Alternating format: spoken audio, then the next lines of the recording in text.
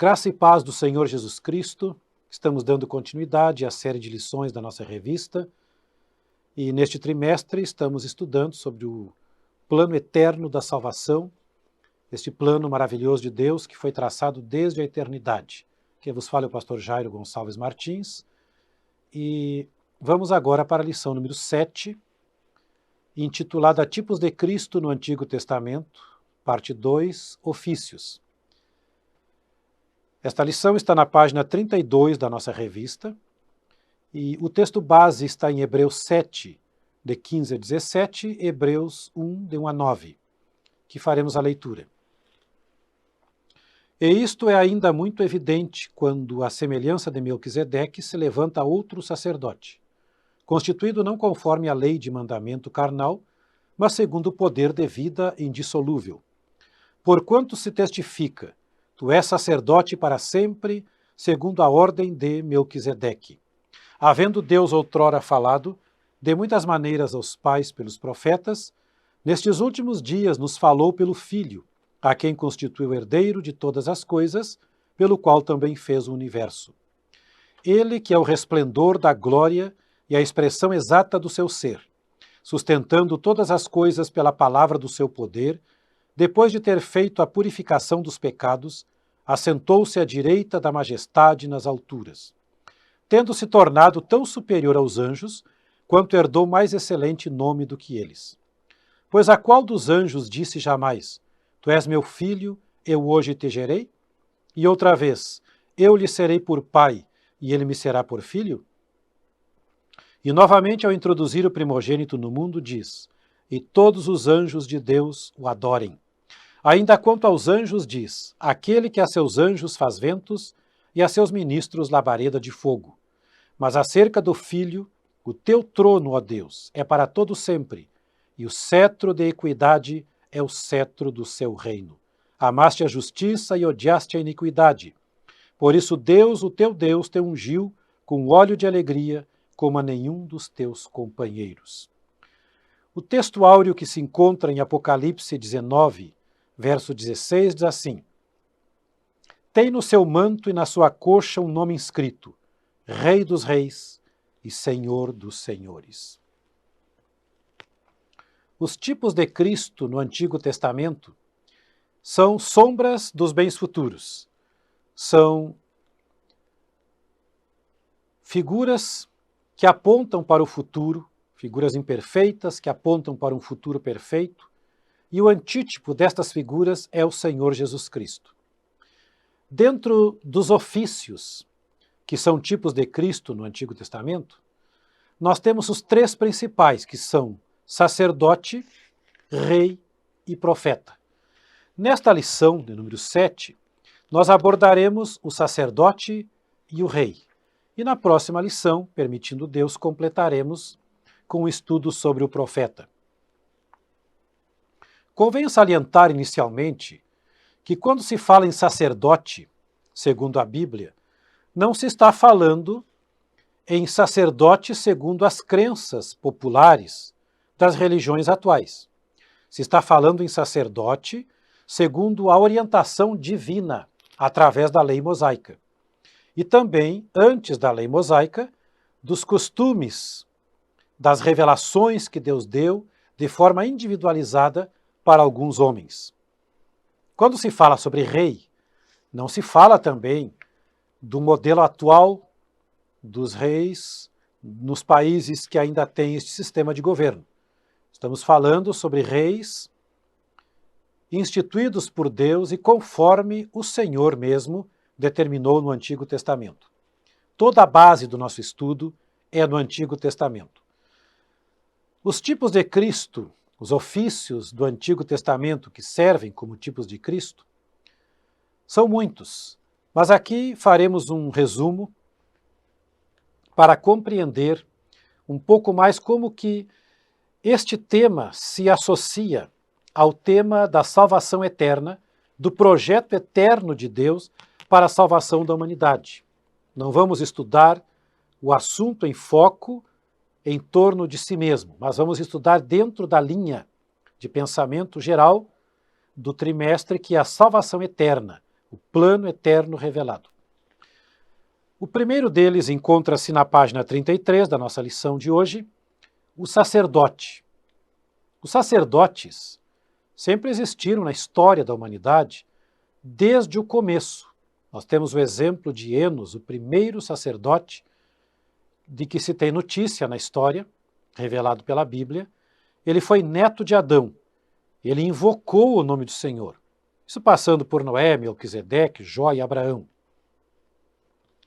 Nós temos aqui em Gênesis 4, 26, o texto que nos diz: a Sete nasceu-lhe também um filho, ao qual pôs o nome de Enos. Daí se começou a invocar o nome do Senhor. Enos, o sacerdote, o primeiro sacerdote que se tem notícia da linhagem de Adão, que começou a invocar o Senhor. A invocação que se fazia na época não era simplesmente uma oração, como se faz hoje no cristianismo. A invocação sempre acontecia através de sacrifícios, sacrifícios de sangue. E certamente Enos ele recebeu de Deus uma revelação especial e talvez alguma orientação também da parte de Adão. Nós temos o exemplo também de Noé, que foi sacerdote de Deus. Em Gênesis capítulo 8, versículo 20, nós lemos aqui: levantou Noé um altar ao Senhor, e tomando de animais limpos e de aves limpas, ofereceu holocaustos sobre o altar. E Deus aceitou aquele sacrifício que ele ofereceu ao Senhor. Convém salientar que naquela época não existia a nação de Israel, não existia a lei mosaica, que veio muitas centenas e até milhares de anos depois, e, portanto, não havia toda aquela regulamentação de que os sacerdotes deveriam ser descendentes de Arão. Qualquer homem que sentisse no coração a inspiração divina para levantar um altar e oferecer a Deus em seu favor, em favor da família, quem sabe da sua cidade, dos seus amigos, ele podia fazer isso e Deus aceitava. Porque Deus ainda trabalhava de uma forma generalizada com a humanidade. Deus deu a lei a partir de Moisés, e a partir dali, então, ele regulamentou os sacrifícios. Mas antes, no tempo de Enos, no tempo de Noé, Deus aceitava o sacrifício de quem se oferecesse a cultuá-lo e quem oferecia o sacrifício a Deus. Então Noé também foi um sacerdote de Deus, oferecendo sacrifícios de gratidão e de invocação ao Senhor. Abraão também foi outro sacerdote de Deus, e ele ofereceu sacrifícios ao Senhor de uma forma que Deus aceitou o seu sacrifício quando ele foi chamado pelo Senhor. Ele recebeu uma missão muito especial e o Senhor o chamou como profeta e também foi uma espécie de sacerdote. Em Gênesis 12, capítulo 12, verso 7, diz assim: apareceu o Senhor a Abraão e lhe disse: darei à tua descendência esta terra. E ali edificou Abraão um altar ao Senhor que lhe aparecera. É um estudo muito importante que se pode fazer na Escritura, e eu recomendo aos ministros, pregadores da palavra, que estudem os altares de Abraão no livro de Gênesis. A história de Abraão é uma história muito profunda, muito importante no que diz respeito à vida espiritual da igreja também. E os altares de Abraão, eles trazem uma mensagem, trazem uma lição de vida, de reconciliação, de busca, de serviço, de temor e de amor a Deus. Então Abraão foi um sacerdote de Deus também, que ofereceu sacrifícios voluntários ao Senhor. Nós temos também o caso do Jó. Jó oferecia sacrifícios a Deus porque Deus aceitava os seus sacrifícios. Ele era um homem de Deus, um sacerdote que servia o Senhor. Então, a história do sacerdócio no Antigo Testamento, ela começa desde os primórdios da humanidade. E os sacerdotes, eles tinham a grande missão de apresentar o povo a Deus. O sacerdote deveria apresentar o povo ao Senhor. Quando Deus regulamentou o trabalho, o ofício sacerdotal em Israel, encontramos isto a partir de Êxodo 28, o Senhor deu todas as determinações da consagração, da família, que deveria ser a família sacerdotal em Israel, que era a família de Arão. Então Deus determinou para que eles cuidassem da vida espiritual do povo e apresentassem o povo a Deus. O pecador trazia um sacrifício ao sacerdote e ele imolava o sacrifício e oferecia ao Senhor. Era um serviço a Deus, mas era um serviço em favor do pecador. Então, os sacerdotes tinham esta missão de apresentar o pecador a Deus. E quando nós lemos a palavra do Senhor com respeito ao cumprimento deste tipo no Novo Testamento, através de Jesus Cristo, que foi o sumo sacerdote perfeito e completo, nós entendemos então a magnitude desta missão, porque quando veio Jesus Cristo, ele veio dentro de uma promessa. A promessa de ser o sumo sacerdote, não segundo a linhagem de Arão, que Deus havia determinado para a nação de Israel, mas segundo a ordem de Melquisedeque, que não era judeu, que era um gentil e que era um sacerdote legítimo de Deus, como está escrito, inclusive, no texto básico que nós lemos, lá no versículo 17, porquanto se testifica, tu és sacerdote para sempre, segundo a ordem de Melquisedeque. Melquisedeque, repetindo, não era judeu. Melquisedeque não estava na linhagem sacerdotal de Arão, naturalmente, mas foi um sacerdote de Deus. E a promessa divina foi que o Messias seria sacerdote dentro desta perspectiva, desta qualidade de sacerdote que era especial, a ordem de Melquisedeque. Jesus Cristo era da tribo de Judá, mas foi o sumo sacerdote de Israel. Como o escritor aos Hebreus o chama de sumo sacerdote dos bens futuros.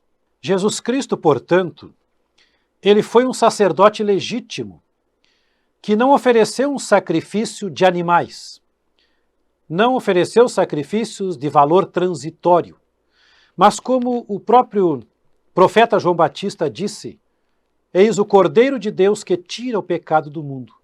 Ele foi um sacerdote que ofereceu a si próprio como sacrifício em favor da humanidade. Lá em Hebreus capítulo 9, versículos 11 em diante diz, quando, porém, veio Cristo como sumo sacerdote dos bens já realizados, mediante o maior e mais perfeito tabernáculo, não feito por mãos, quer dizer, não desta criação, não por meio de sangue de bodes e de bezerros, mas pelo seu próprio sangue. Entrou no Santo dos Santos, uma vez por todas, tendo obtido eterna redenção. Portanto, se o sangue de bodes e de touros e a cinza de uma novilha, aspergidos sobre os contaminados, os santificam quanto à purificação da carne, muito mais o sangue de Cristo, que pelo Espírito eterno a si mesmo se ofereceu sem mácula a Deus, purificará nossa consciência de obras mortas para servirmos ao Deus vivo. Glória a Deus por isso. Jesus Cristo, então, foi o sumo sacerdote dos bens futuros. Seu sacrifício marcou a história, mas também marca profeticamente o futuro, porque ele tem validade eterna. Jesus Cristo ofereceu a si próprio como sacrifício e tornou-se o sumo sacerdote eterno, aceito, aprovado por Deus. Então, os sacerdotes do Antigo Testamento, tanto aqueles sacerdotes que vieram antes da existência da nação de Israel e da outorga da lei mosaica, quanto os sacerdotes da linhagem de Arão que vieram depois. Todos eles foram chamados para apresentar o povo a Deus. Jesus Cristo veio para apresentar o povo a Deus, através do seu sacrifício. Mas Jesus é superior a todos aqueles sacerdotes, porque ele, além de apresentar o povo a Deus, porque cada um que hoje quiser chegar a Deus, pode chegar através de Cristo. Jesus também apresentou Deus ao povo. Então, neste quesito, Jesus é superior.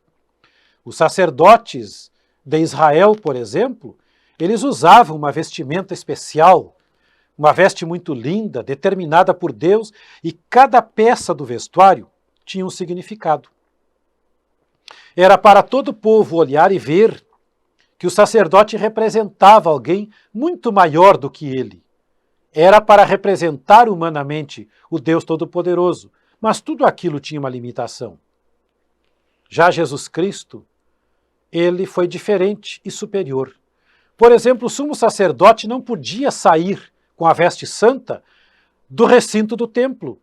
Jesus Cristo andou no meio do povo, comungou com as pessoas, conviveu com elas, esteve no meio dos párias da sociedade, levando não somente a mensagem, mas a presença poderosa de Deus, porque ele, além de ser a segunda pessoa da Trindade, Deus verdadeiro encarnado, ainda apresentou o poder de Deus através do nome do Pai e da pessoa do Espírito Santo. Então Jesus ampliou o ministério sacerdotal, apresentando Deus ao povo. Quando ele foi questionado para que mostrasse o Pai para os seus discípulos, ele disse: tu me vês há tanto tempo, tu convives comigo e ainda me pedes para mostrar o Pai? Filipe, quem vê a mim, vê o Pai. Aleluia! Então Jesus Cristo mesmo disse: eu e o Pai somos um. Então Jesus está eternamente ligado com o Pai. E quando ele veio ao mundo, ele trouxe a pessoa divina em si mesmo para que a humanidade conhecesse.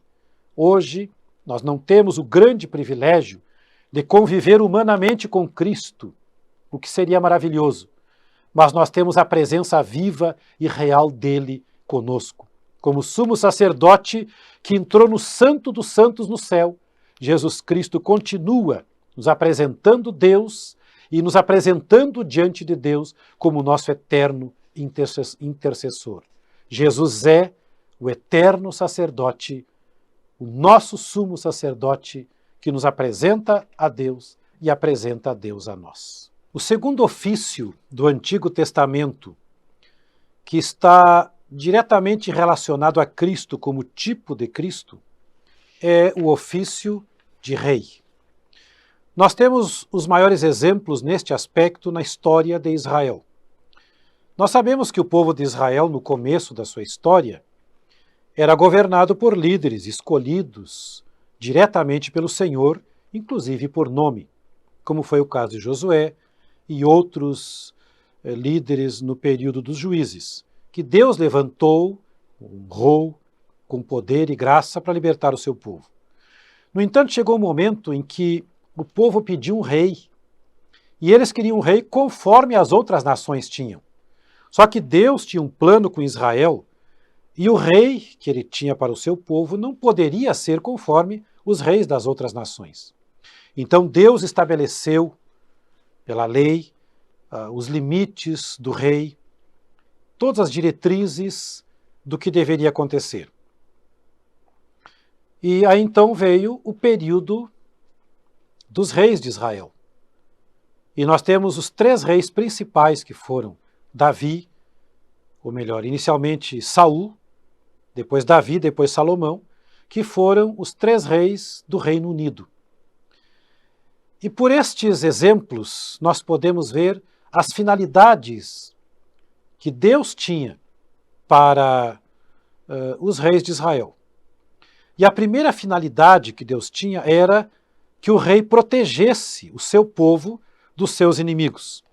Lá em 2 Samuel, capítulo 5, versículos 17 em diante, diz que quando os filisteus ouviram que Davi havia sido ungido rei, eles subiram todos para prenderem Davi, quer dizer, para eliminar aquele homem que já havia vencido muitas vezes o exército filisteu, mesmo sob o comando de Saul, que havia fracassado infelizmente. Então, Davi consultou ao Senhor dizendo: subirei contra os filisteus?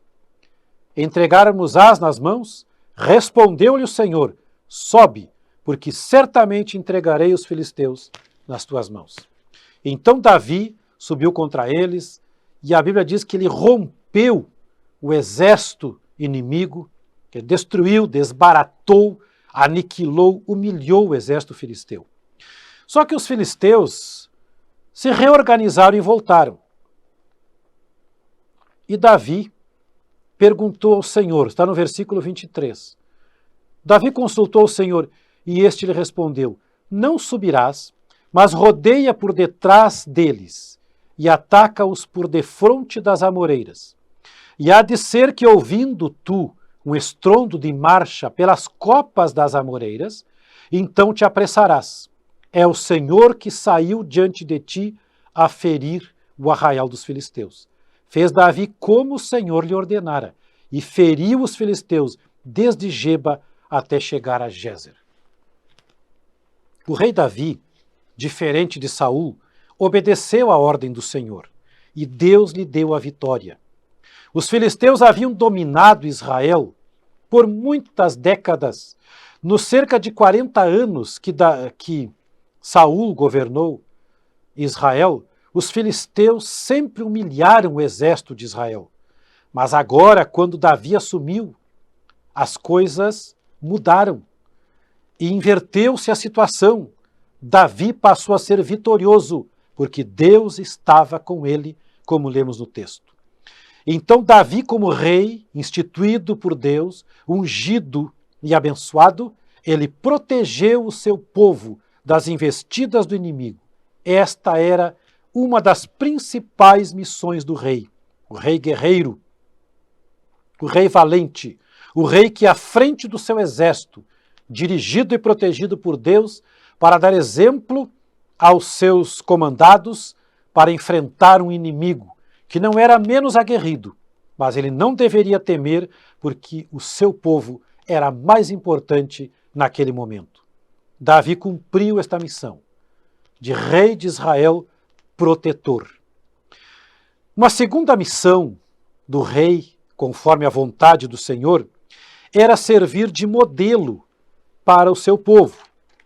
Nós temos um exemplo na Escritura que aconteceu de uma forma negativa com o rei Davi, quando ele pecou contra o Senhor. E, pecando contra Deus, ele tornou-se vulnerável. Mas, mais do que isso, ele deu um mau exemplo. Então, subentende-se que Deus chamou o rei, instituiu a figura, o cargo do rei em Israel, para servir de modelo para o seu povo. Lá em 2 Samuel 12, versos 13 e 14 está escrito: então disse Davi a Natã: pequei contra o Senhor.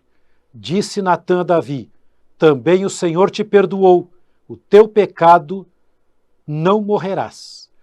Mas posto que com isto deste motivo a que blasfemassem os inimigos do Senhor, também o filho que te nasceu morrerá. Deus castigou Davi por causa do seu pecado, porque ele havia deixado de ser um modelo, um exemplo a ser seguido para o povo de Israel. Analisando a situação do mundo atual, observamos o quanto as pessoas carecem de um modelo, de um exemplo de vida. A juventude está correndo atrás de um modelo e, infelizmente, erram na maioria das vezes, porque vão buscar em pessoas que não têm nem para si, se tornam famosas, às vezes até à custa de uma vida não totalmente digna. Mas as pessoas vivem sem referencial. Por causa disso, então, se perdem, pois Deus instituiu os reis de Israel para que se tornassem em paradigmas dignos de ser imitados. Quando Davi falhou, Deus lhe cobrou, mas quando Davi acertou, certamente tornou-se um grande modelo de vida para todo o seu povo. E uma terceira finalidade era governar o povo na lei e na presença de Deus. Em 1 Reis capítulo 9, versículos 4 e 5 está escrito: Se andares perante mim, como andou Davi teu pai, Deus aqui já estava falando com Salomão, com integridade de coração e com sinceridade para fazeres segundo tudo o que te mandei, e guardares os meus estatutos e os meus juízos, então confirmarei o trono de teu reino sobre Israel para sempre, como falei acerca de Davi teu pai, dizendo: não te faltará sucessor sobre o trono de Israel. Deus praticamente repetiu as promessas feitas a Davi e cobrando de Salomão fidelidade à lei, fidelidade ao Senhor, para que o seu povo não se afastasse da sua presença. Então, governar o povo segundo a lei era o compromisso de todos os reis de Israel. Inclusive, nas determinações divinas, o Senhor disse que todo rei deveria fazer um traslado da lei para si próprio. Observe a importância didática do que Deus determinou. Se Deus houvesse determinado que o rei chamasse um secretário, um escrivão, para fazer uma cópia da lei, certamente o rei deixaria passar muitas coisas importantes. Mas quando ele mesmo escrevesse a lei, ele deveria copiar letra por letra. E copiando esta lei, ficaria gravada em sua mente e pelo poder do Espírito de Deus em seu coração. Então ele seria um rei melhor. Conhecendo melhor a lei de Deus, andaria em caminhos mais retos e o povo teria um modelo mais digno de ser seguido. Então Deus sempre foi muito sábio nas suas exigências. O rei de Israel deveria copiar a lei e obedecer à lei. O rei de Israel deveria liderar o povo na lei do Senhor. Jamais permitir que a injustiça, que a infidelidade, que a imoralidade, que o pecado tomassem conta da nação. Mas ele deveria exercer a justiça com equidade para que o povo continuasse na presença de Deus. Esta era a missão do rei.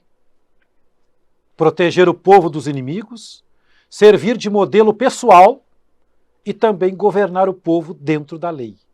Pois Jesus Cristo, como antítipo daquela figura do ofício de rei do Antigo Testamento, Jesus Cristo fez todas estas coisas. Nós temos na Escritura um exemplo que encontra-se em João capítulo 17, a preocupação de Jesus com os seus discípulos. A partir do versículo 11, enquanto Jesus falava com o Pai diretamente, ele disse: já não estou no mundo, mas eles continuam no mundo, ao passo que eu vou para junto de ti. Pai Santo, guarda-os em teu nome que me deste, para que eles sejam um, assim como nós. Quando eu estava com eles, guardava-os no teu nome, que me deste, e os protegi, e nenhum deles se perdeu, exceto o filho da perdição, para que se cumprisse a Escritura. Mas agora vou para junto de ti, e isto falo no mundo, para que eles tenham o meu gozo completo em si mesmos. Eu lhes tenho dado a tua palavra, e o mundo os odiou, porque eles não são do mundo, como também eu não sou. Não peço que os tires do mundo, e sim que os guardes do mal. Vejam a preocupação de Jesus com os seus discípulos, com a sua igreja, com cada um de nós. Nós hoje estamos inseridos na preocupação de Jesus com o seu povo, pois Jesus Cristo, como Rei eterno, não só de Israel, mas do mundo inteiro, e todo o poder lhe foi dado no céu e na terra. Então Jesus, como Rei eterno, absoluto, se preocupa com a vida de cada um dos seus filhos e os protege. Jesus protege a integridade física dos seus filhos. Jesus protege a integridade emocional, psicológica dos seus filhos. Jesus protege principalmente a integridade espiritual, porque ele não quer que alguém se afaste do seu caminho, da sua presença. Jesus também é um paradigma digno, absoluto, que deve ser imitado. O apóstolo Paulo, escrevendo aos Coríntios, capítulo 11, verso 1, ele disse: sede meus imitadores, como eu também sou de Cristo. O apóstolo Paulo não seguia um modelo próprio de vida. Isto ele fez antes de ter um encontro com Jesus. Mas após o seu encontro com Jesus, ele remoldou toda a sua vida para ser um imitador de Cristo. E ele chegou a um tal estágio de comunhão, de intimidade e perfeição de vida espiritual, que ele recomendou que os seus discípulos o imitassem. Como poderemos nós hoje imitar o apóstolo Paulo? Basta olharmos para a Escritura e nós temos todo o modelo ali exarado em todos os detalhes para que nós possamos seguir ao Senhor. E Jesus Cristo é o modelo. Quando lemos evangelhos, nós descobrimos como foi a vida de Jesus. E não somente sendo um paradigma protetor, mas é aquele que governa. Quando os reis de Israel governavam o povo na vontade e na lei de Deus, a nação ia bem. Pois hoje o mundo vai de mal a pior porque abandonou os caminhos do Senhor. É claro que Jesus Cristo não obriga a humanidade a segui-lo, mas vai chegar um momento em que ele governará este mundo. Então o mundo será transformado num paraíso. Todo o planeta Terra será restaurado, será livre da maldição, porque Jesus governará este mundo. E mais do que isso, ele disse: todo o poder me foi dado no céu e na terra. Jesus Cristo é Rei absoluto, Rei dos reis e Senhor dos senhores. Lá em Apocalipse, quando Cristo está voltando em glória, profeticamente João viu e havia um nome escrito, e este nome era Rei dos reis e Senhor dos senhores. Esse texto nós temos aqui na leitura do texto áureo. Tem no seu manto e na sua coxa um nome escrito: Rei dos reis e Senhor dos senhores. Apocalipse 19, 16. Amados irmãos, Jesus Cristo, na sua perfeição absoluta, ele foi o antítipo perfeito de todos os tipos do Antigo Testamento. O sacerdote e o rei ocupavam figura de destaque na nação de Israel, e não apenas um destaque no sentido político, de status, não, mas de vida, de praticidade, que fazia diferença para o bem ou para o mal. Mas Jesus Cristo veio como antítipo perfeito e fez toda a diferença. Tornou-se um paradigma absolutamente perfeito no bom sentido daqueles ofícios. Jesus Cristo, o sacerdote eterno, Jesus Cristo, o Rei eterno. No próximo tópico, na próxima lição, estudaremos o ofício de profeta, que completa então os 3 ofícios principais no Antigo Testamento, que são tipos de Cristo. E certamente vai ficar aí o modelo e a nossa confiança plena de que vale a pena seguir a Jesus, vale a pena andar por Jesus, porque tudo no Antigo Testamento se reportava a ele e ele é o cumprimento de todas as profecias. Que Deus abençoe a cada um, em nome de Jesus.